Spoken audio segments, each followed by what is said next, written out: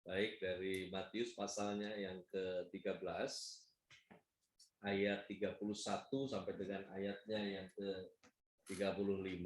Kalau yang di tampilan lain mungkin lebih jelas, kalau yang di ruangan tidak kecil. Perumpamaan ini tercatat di Matius 13, di Markus 4, dan di Lukas 13. Namun untuk di Lukas memang tidak mencatat, yang di Markus ya tidak mencatat dua sekaligus, jadi di Matius dan di Lukas mencatat dua sekaligus. Berikut ini adalah kerajaan sorga dalam perumpamaan biji sesawi dan ragi. Matius 13 ayat 31 sampai dengan ayatnya yang ke-35. Demikian firman Tuhan. Yesus membentangkan suatu perumpamaan lain lagi kepada mereka.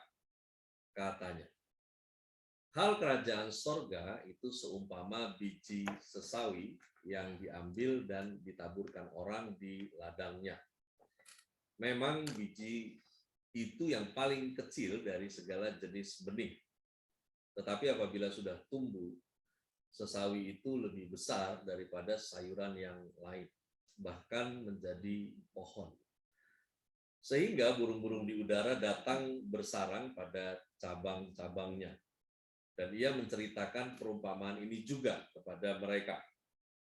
Hal kerajaan sorga itu seumpama ragi yang diambil seorang perempuan dan diadukkan ke dalam tepung terigu 3 sukat sampai khamir seluruhnya.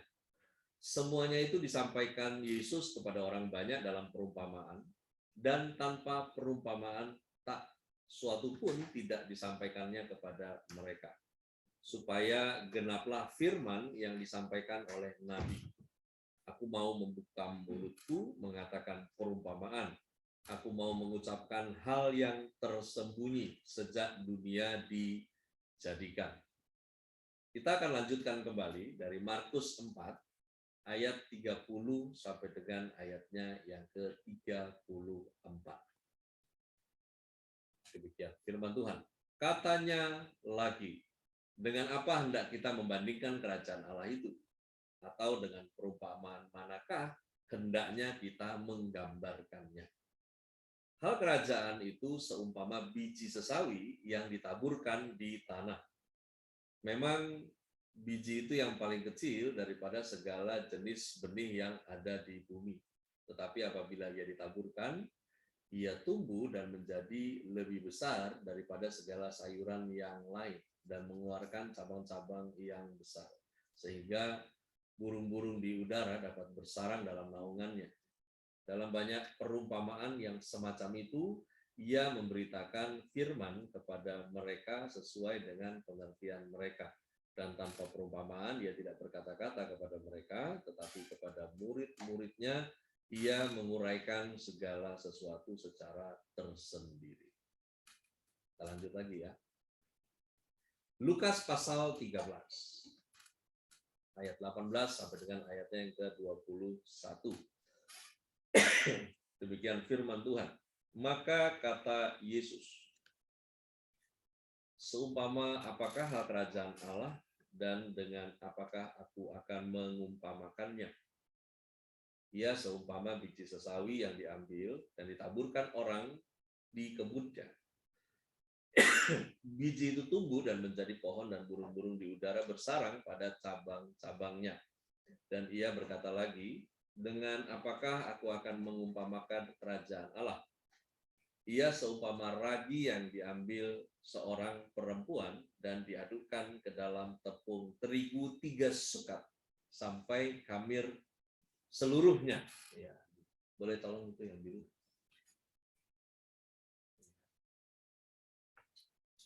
Yesus menceritakan 2 perumpamaan untuk menunjukkan pertumbuhan dari kerajaan sorga. Menariknya adalah semua perumpamaan tentang kerajaan sorga terkait dengan nilai, terkait dengan cara kerjanya, terkait dengan tujuannya apa, dan apabila gereja paham tentang hal ini, maka paling tidak kita tahu yang Tuhan maksud tentang tujuannya mengenai kerajaan sorga tersebut, dan tidak menjadi keliru, bahkan memahaminya bukan saja menjadi terlalu jauh salahnya, tapi malah menjadi berbeda maknanya. Karena memang sampai hari ini banyak sekali yang jauh dari pemahaman yang seharusnya. Nah, perumpamaan tentang biji sesawi yang menggambarkan pertumbuhan kerajaan yang, saya pakai bahasa agak akademis sedikit ya,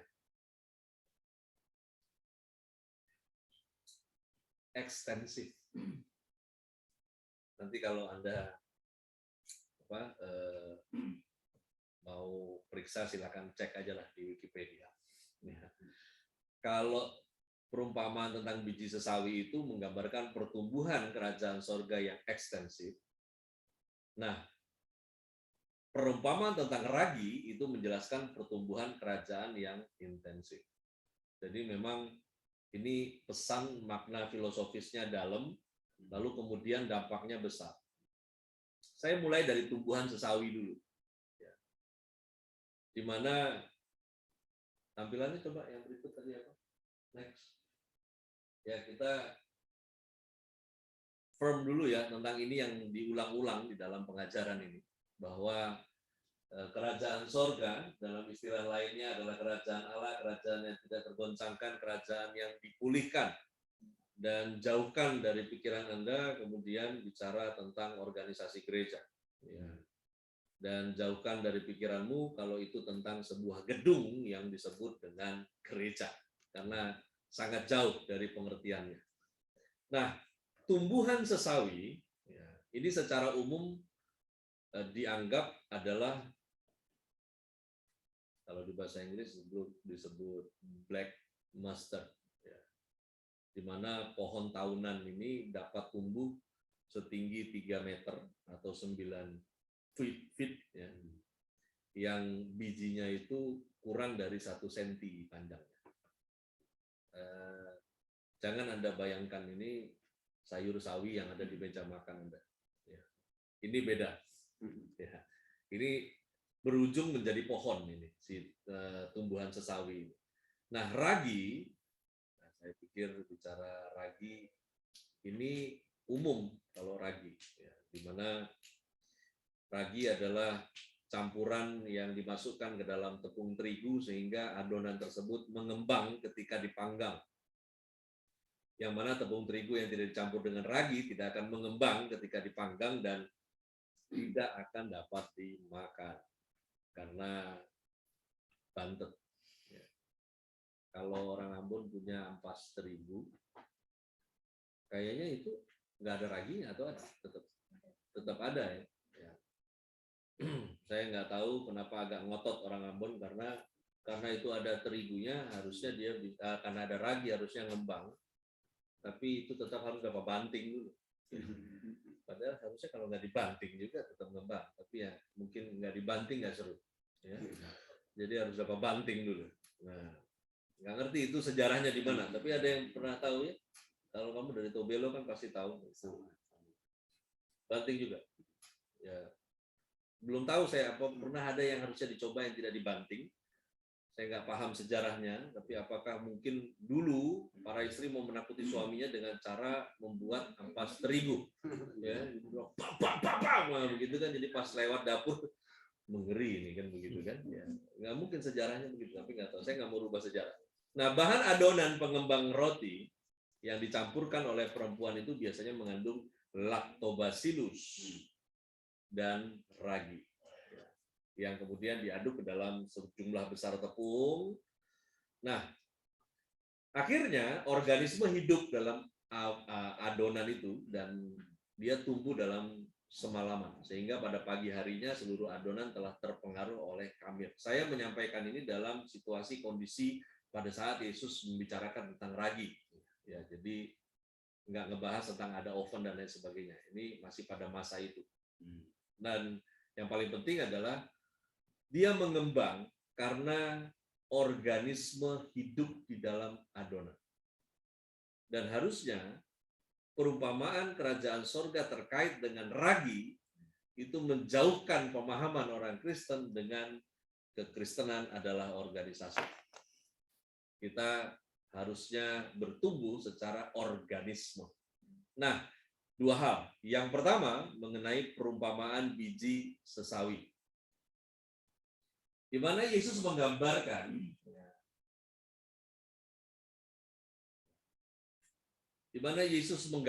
perubahan biji sesawi secara kontras untuk menekankan filosofi sesawi itu sendiri. Di mana biji sesawi adalah simbol dari ketekunan dan komitmen.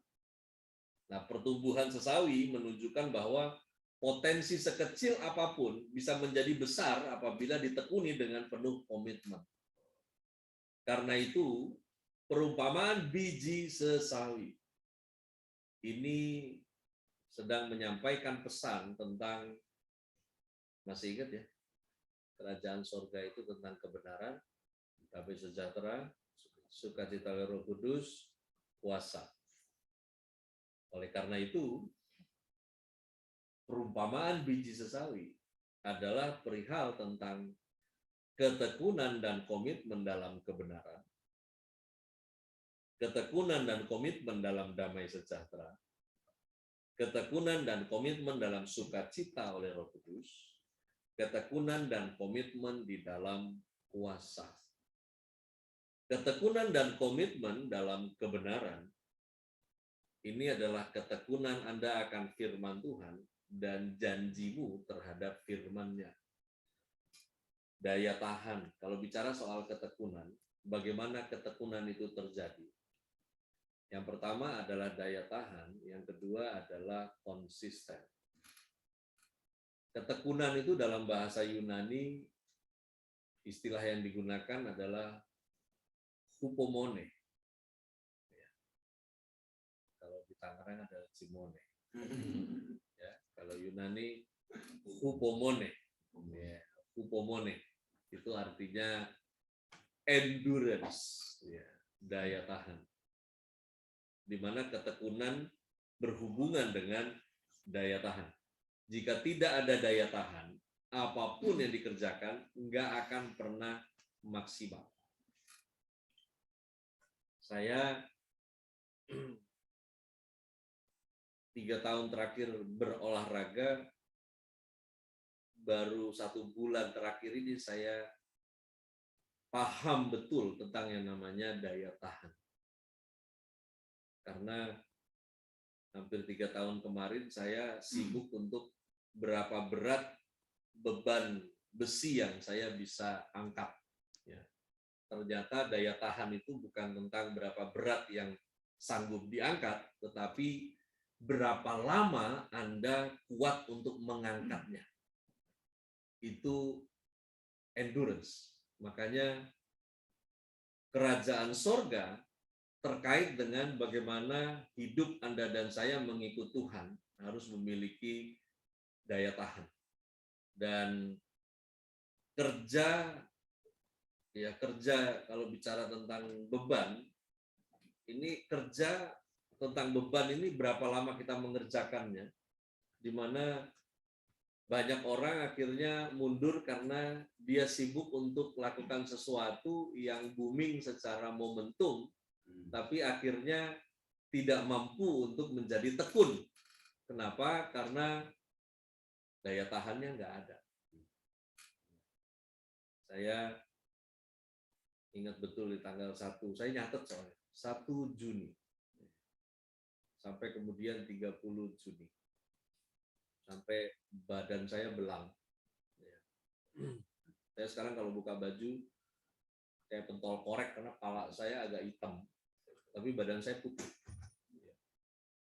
Karena latihan 2 kali 1 hari. Ya, mungkin kalau ada di sosial media saya lihat, sampai tarik-tarik ban. Ya. Tapi nggak sia-sia, karena 1 Juni sampai 30 Juni saya loss 4,3 kilo. Berarti dalam 1 bulan kalau 4 kilo, Desember saya butuh jas baru. Saya percaya bahwa sehat dengan bugar itu satu nyawa. Hati-hati dengan penyesatan iblis yang mengatakan nggak apa-apa gemuk, yang penting sehat. Itu setan, ya. Ya.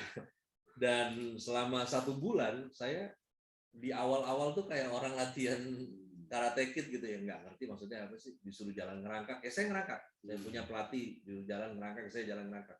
Setelah minggu ketiga baru saya tahu saya punya kemampuan merangkak. Rupanya tujuannya di kemudian hari adalah dia taruh tali di pinggang saya, lalu kemudian dia taruh ban di belakang saya berat 50 kilo. Dan ketika itu sudah dilatih 2 minggu, paha saya kuat untuk bisa tarik. Dan ketika saya banyak exciting 1 bulan ini, karena pas dikasih yang ini, kok bisa ya? Dikasih yang itu, karena waktu saya lihat dia memberi contoh, itu saya mau muntah. Nggak mungkin. Nggak mungkin, tapi rupanya dari hari ke sehari dikasih. Ya. Dan saya nggak nyimak awalnya gitu, kalau apaan sih nih, latihan agak bodoh-bodoh gitu ya. Dikasih alat untuk step up kaki, ya cuman ya naik 10, ya jadi cuman naik 10, naik 10, besoknya naik 15 ya, naik 15, suat ya. Tapi ya udah kita ikutin ya, diikutin, dan rupanya semuanya berguna ya, dan berujung kepada apa yang disebut dengan daya tahan. Awalnya dibawa ke tiang pull up, terus di bawahnya masih ada bantuan ganjel kaki, terus saya gantung kayak monyet gantung, ya. Dan saya bilang, ngapain? Udah diam aja di situ. Gantung, tapi dia bilang, kalau udah nggak kuat teriak, katanya. Ya, saya gantung. Dan akhirnya teriak. Dan ketika teriak itu, saya turun, dia bilang 9 detik. Dan itu berangsur gitu, berapa waktu lamanya dilatih lagi, dan terakhir digantung lagi. Sama-sama kita diam agak lama gitu ya. Sementara saya sambil tahan, dia cuma beritahu, jangan hanya tangan, core-nya juga tahan. Ya. Perutnya disuruh tahan juga, tarik juga, tahan juga. Dia sendiri yang akhirnya suruh turun, dan turun, dan itu 90 detik. Dan itu endurance, di mana Anda dan saya dilatih menghadapi kesedihan, dilatih lewat pengkhianatan. Dan sementara Anda menghadapi itu, firman bilang, kamu mesti tekun dan komitmen terhadap firman. Dan bicara soal ketekunan adalah gabungan dari daya tahan dengan konsisten. Nah, agar tekun terjadi, harus ada konsisten. Di mana ketetapan atau melakukan sesuatu secara terus, di mana hal-hal yang besar itu dilakukan bukan dengan kekuatan sesungguhnya. Hal-hal besar itu dilakukan dengan ketekunan. Gitu ya. Ternyata kekuatan itu nomor sekian, melainkan ketekunan yang paling penting. Karena saya baca beberapa statistik mengatakan bahwa menurut penelitian modern, kalau mau jadi pemusik hebat, menjadi komposer hebat dunia, butuh 10.000 jam latihan. Jika latihan 8.000 jam akan menjadi pemusik hebat. Tapi kalau di level komposer itu 10.000 jam. Nah, kalau 6.000 jam, setidaknya jadi guru musik. Dan semakin lama konsistennya, hasilnya akan makin bagus. Semakin lama Anda melatih diri untuk mengikuti firman, maka buahnya makin dahsyat. Nah, konsisten di mana Kalau di dalam olahraga disebut disiplin. Disiplin itu adalah Anda nggak melulu suka untuk melakukannya, tapi Anda tetap melakukannya ketika Anda nggak suka. Saya orang yang dari kecil kayak saya ketemu takdir saya pikir adalah musuh terbesar dalam hidup saya di masa kecil adalah bangun di pagi hari. Ya, ibu saya saksi hidup. Karena saya bangun tidur dulu mau berangkat sekolah itu, pertama bangun dulu dari tempat tidur, lalu kemudian pindah ke sofa. Saya tidur lagi. Dari sofa, saya akan pindah ke sofa satu lagi, dan saya tidur lagi. Dari sofa yang satu, saya akan masuk ke meja makan, di kursi meja makan, saya akan tidur lagi. Dan biasanya kursi meja makan itu saya gabung jadi 2, dan saya tidur lagi. Ya. Lalu kemudian nggak jarang untuk saya setiap kali dimandikan untuk berangkat sekolah, saya mandi sambil tidur. Ya. Lalu, jadi kalau mau bicara soal disiplin, beberapa bulan ini saya lakukan itu. Ya. Bangun, lari, jalan pagi, ya. Lalu kemudian lanjut exercise, pulang, mandi, belum lagi saya punya coach bilang, jangan mandi air hangat. You badan sakit habis latihan. Mandi air dingin. Memang bagus untuk tubuh, untuk otot, tapi rupanya nggak bagus untuk kulit. Jadi memang ketika kita berlatih atau lakukan kegiatan di luar rumah yang kena matahari, lalu kemudian kena air dingin, cepat hitam itu. Ya. Mungkin ini kulit orang Batak ya. Jadi orang Batak yang putih, ketika dia kena matahari jadi hitam. Karena coach saya orang Manado. Dia kena matahari, nggak jadi hitam, dia jadi merah. Mungkin ada campuran Indian kali. Nah, bicara disiplin, disiplin adalah jembatan antara tujuan dan pencapaian. Di mana konsistensi itu diuji dengan 3 hal. Yang pertama waktu. Yang kedua kesulitan. Yang ketiga perubahan. Bicara tekun, komitmen dalam kebenaran, dalam damai sejahtera, dalam sukacita Roh Kudus. Gini, ketika bicara kebenaran, kita bicara firman Tuhan. Ketika kita bicara damai sejahtera, maka tujuan segala sesuatu harusnya adalah Tuhan. Ketika tujuan Anda dan saya segala sesuatunya adalah Tuhan, maka tetap ujiannya adalah waktu, ujiannya adalah kesulitan, ujiannya adalah perubahan. Ketika semua tidak berjalan sesuai dengan apa yang kita inginkan, adakah Anda dan saya tetapkan bahwa tujuanmu akan tetap Tuhan saja? Ketekunan dan komitmen dalam sukacita oleh Roh Kudus. Saya sudah pernah bahas soal sukacita oleh Roh Kudus, di mana kesenanganmu adalah menyenangkan Tuhan. Ketika kesenanganmu adalah menyenangkannya, maka ujiannya sama. Waktu. Apakah dalam waktu yang cukup panjang Anda tetap senang untuk membuat dia senang? Apakah dalam ujian kesulitan Anda tetap senang untuk menyenangkan hatinya? Apakah ketika perubahan yang tidak menyenangkan terjadi di dalam hidupmu, kamu tetap senang untuk menyenangkannya? Dan ketika kita bicara tentang ketekunan dan komitmen dalam puasa, maka puasa adalah produk daripada ketaatan dan penundukan diri. Hidup kamu nggak akan powerful kalau kamu nggak obedience terhadap firman dan Tuhan itu sendiri. Dan ketika Anda taat dan tunduk, maka Anda powerful.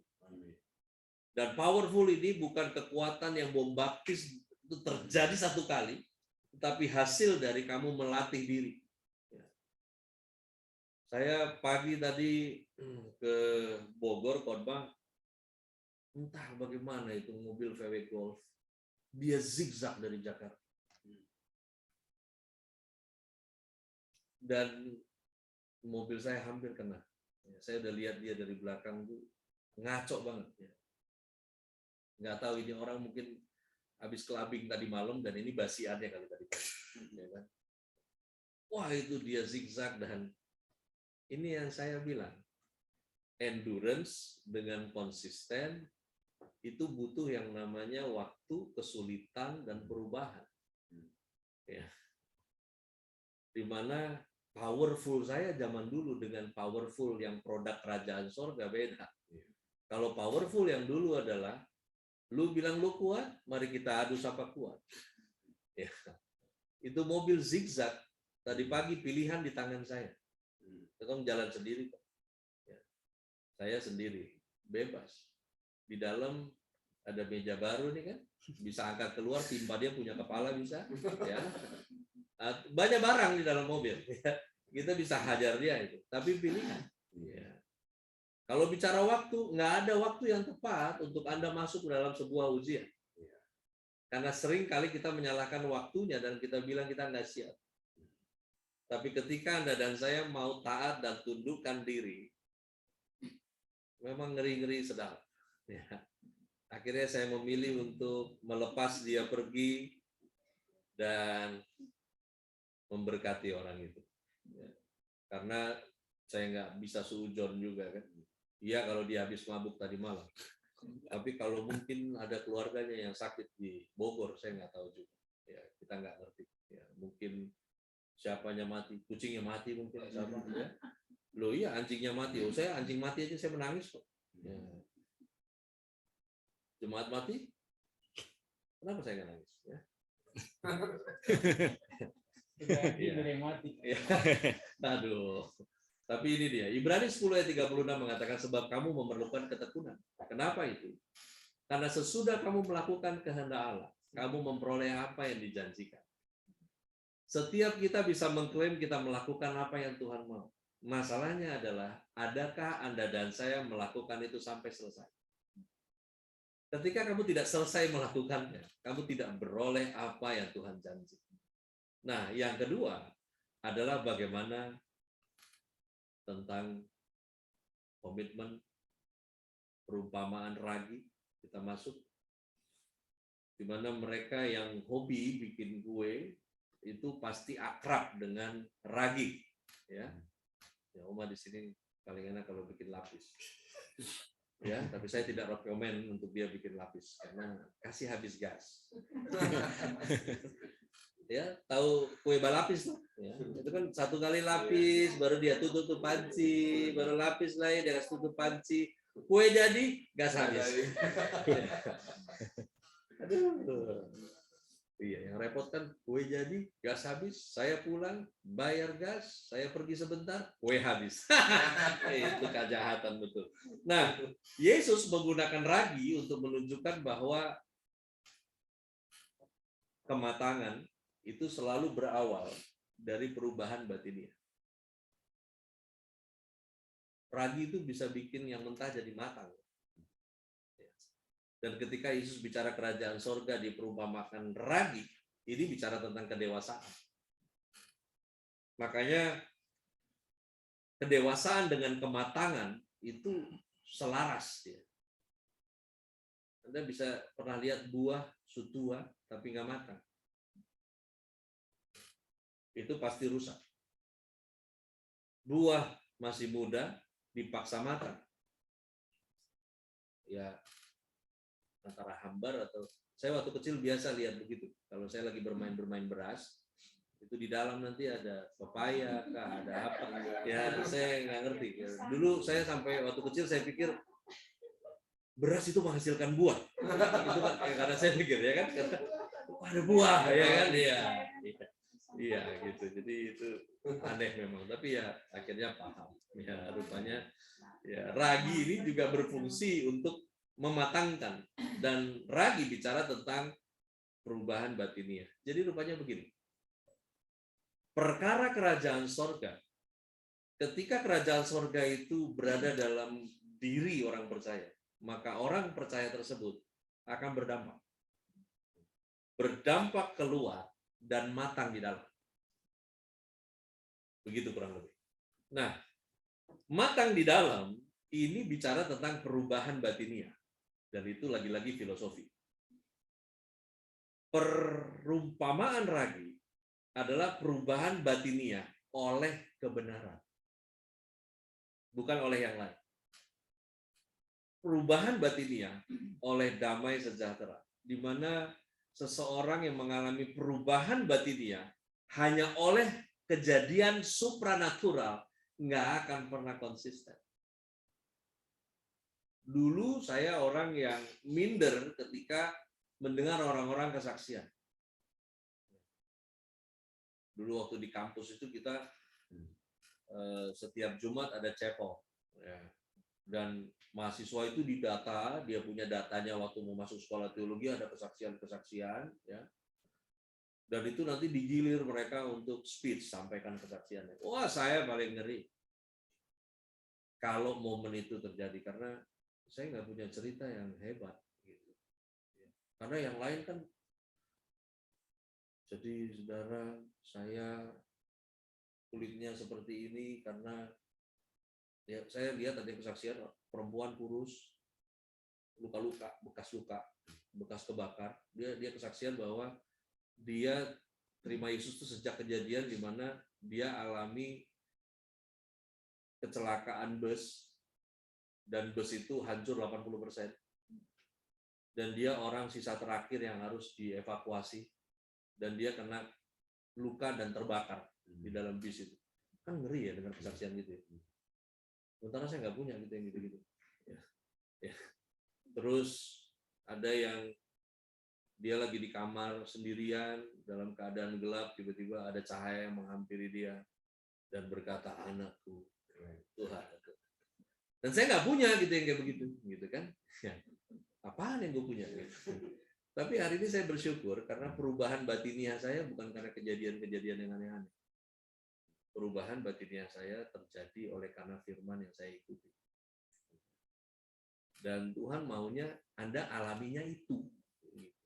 Di mana perubahan batiniah oleh damai sejahtera sehingga membuat Anda makin bahagia ketika kita ini mau terus mengalami perubahan, karena setiap kali kita kepengen, kita kembalikan lagi kepada kepengennya Tuhan. Setiap kali Anda ingin sesuatu, Anda kembalikan lagi kepada inginnya Tuhan. Karena ketika kamu kembalikan lagi kepada inginnya Tuhan, ini yang disebut dengan damai sejahtera.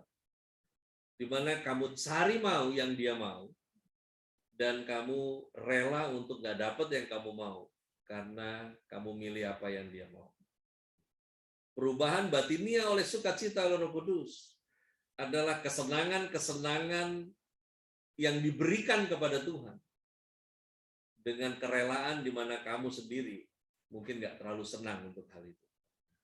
Dan ketika kamu lakukan itu terus-menerus, ini yang Yesus bilang, seperti ragi yang mengkhamirkan. Akhirnya keseluruhan diri kamu itu Kristus. Karena ragi sedikit, itu dia bikin kamir. Ya, kalau di Depok ada namanya kue kamir. Masih ingat ya, dulu kita suka beli itu ya. Kayaknya namanya luar biasa. Padahal rupanya itu istilah ragi berproses, sebetulnya kamir itu. Kita pikir itu kue dari Arab. Nggak tahu ya, dia proses ragi. Kue kamir, mungkin yang punya dulu Sultan Amir, ya kan apa ya. Tapi setelah ngerti firman ini, saya bilang bodoh betul. Itu rupanya cuma tepung, dapat pencet-pencet, dan lagi dibiarin dan dia ngembang jadi kue namanya kamir. Ya. Perubahan batiniah oleh kuasa, di mana karena ketaatan dan pendudukan diri, kamu mengalami perubahan dari dalam. Di Petrus 3 ayat 4. Perhiasanmu ialah manusia batiniah yang tersembunyi dengan perhiasan yang tidak binasa, yang berasal dari roh yang lemah lembut dan tentram, yang sangat berharga di mata Allah. Saya highlight di sana. Perhiasan Anda dan saya harusnya adalah manusia batiniah. Yang mana manusia batiniah itu berasal dari roh yang lemah lembut dan tentram. R-nya kecil ya. Kata lemah lembut yang kalau dalam versi Inggris diterjemahkan gentle, dalam teks asli bahasa Yunaninya adalah pembatasan kekuatan diri untuk membuka kekuatan Allah. Itu artinya lemah lembut. Bukan lemah gemulai ya, beda. di mana manusia batiniahmu itu harusnya menjadi perhiasan kamu, yang asalnya adalah dari roh kamu yang mau membatasi kemampuannya untuk mempersilahkan kemampuan Allah yang bekerja. Dan Petrus 3 ayat 4 mengatakan, itu yang sangat berharga di mata Allah. Oleh karena itu, perumpamaan tentang ragi berbicara bahwa Anda dan saya matang, dewasa sebagai seorang pengikut Kristus ketika kita semakin mengerti dan fokus bahwa harusnya apa yang berharga di mata Allah itu menjadi harga yang sama berharga di mata kita. Karena yang membuat Kristus gak pernah penuh dalam keberadaan diri kita adalah apa yang Tuhan pikir berharga berbeda dengan apa yang kita pikir berharga. Dan harusnya mulai sekarang itu sama. Yang sangat berharga di mata Allah adalah manusia batinia Anda. Ya. Karena itu, mau cantik ganteng, mau jereng mata lurus kah, mau kau punya jari kurang 2, manusia batinia itu yang berharga di mata Allah, bukan manusia fisiknya. Di 2 Korintus 5 ayat 12, dengan ini kami tidak berusaha memuji-muji diri kami sekali lagi kepada kamu, tetapi kami mau memberi kesempatan kepada kamu untuk memegahkan kami supaya kamu dapat menghadapi orang-orang yang bermegah karena hal-hal lahiriah dan bukan batiniah. Saya highlight, mari karena kita mau melatih diri sama-sama punya nilai yang Tuhan taruh sama, yaitu berharga di mata Allah, manusia batiniah, maka mulai sekarang mari bermegah karena hal-hal batiniah, bukan lahiriah. Dan harusnya orang percaya, kumpulan orang percaya yang disebut gereja, itu harusnya kebanggaannya adalah hal-hal yang batiniah. Stop. Puji Tuhan, Oikumene Fellowship Service sudah stop untuk hal-hal yang lahiriah. Ya, sibuk galang dana, beli tanah, sibuk galang dana, bangun gedung gereja, berhenti. Kita bangun manusia aja di situ. Bangun sana, bangun sini, akhirnya orangnya semua kelupaan. Saya dan tim penggembalaan melatih diri kita. Melatih diri. Ini di 2 Korintus 5:12 kalimat yang sama saya sampaikan juga. Seperti Paulus bilang bahwa kami enggak berusaha memuji-muji diri kami, sekali lagi. Enggak berusaha memuji-muji. Tapi ini gereja. Lu sakit? Ada enggak? Lu susah? Ada atau tidak? Lu mati? Ada apa enggak? Saya sering kali lihat, banyak kali jemaat yang meninggal, gembala seniornya nggak ada tanam dia di situ. Ya. Kasih wakil lah, kasih inilah. Coba yang mati nih orang kaya. Kalau perlu gembala ikut masuk dalam liang lahat juga. Nah, tapi itu perkara nggak ada di OMS itu. Ya. Pokoknya sapa juga. Saya ingat banget tahun berapa tuh orang yang kagak dihitung orang lain juga kita urus baik-baik. Kita perlakukan sama seperti pejabat mati. Karena kita bermegah akan hal-hal yang batiniah. Dan yang terakhir di 2 Korintus 4 ayat 16. Sebab itu kami tidak tawar hati. Tetapi meskipun manusia lahiriah kami semakin merosot, namun manusia batiniah kami dibaharui dari sehari ke sehari. Karena yang berharga di mata Tuhan adalah manusia batiniah, maka mari melatih diri untuk berbangga pada hal-hal yang batiniah, bukan lahiriah. Dan untuk itu, Anda dan saya nggak bisa instan. Mari setiap hari hadapi yang disebut waktu, hadapi yang disebut kesusahan, hadapi yang disebut perubahan, sehingga Anda dan saya dibaharui dari sehari ke sehari. Jangan bangga kalau kamu ketemu teman yang sudah tidak ketemu 20 tahun yang lalu, dan dia bilang, ya ampun, kamu nggak berubah, sama kayak yang dulu. Bertobat kau.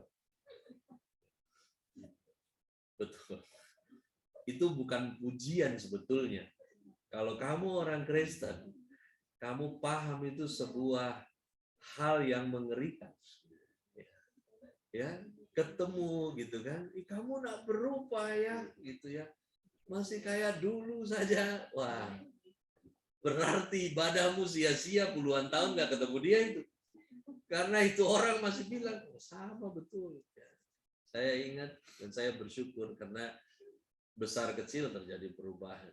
Ya, saya ingat betul ketika ada undangan reuni SD. Ya, saya nyesal juga waktu itu datang karena banyak rahasia-rahasia masa kecil yang akhirnya terbongkar dan Ibu Gembala tahu.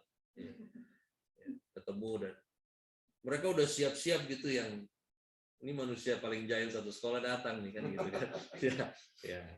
Dan ketika datang mereka sendiri jadi salah tingkah gitu, mau ngobrolnya bagaimana ya Pak Pendeta, mau ya walaupun mereka coba icebreaker cerita, ya mereka cerita ke Ibu Gembala, mereka bilang dulu di sekolah itu pernah batal upacara bendera karena George sembunyikan bendera.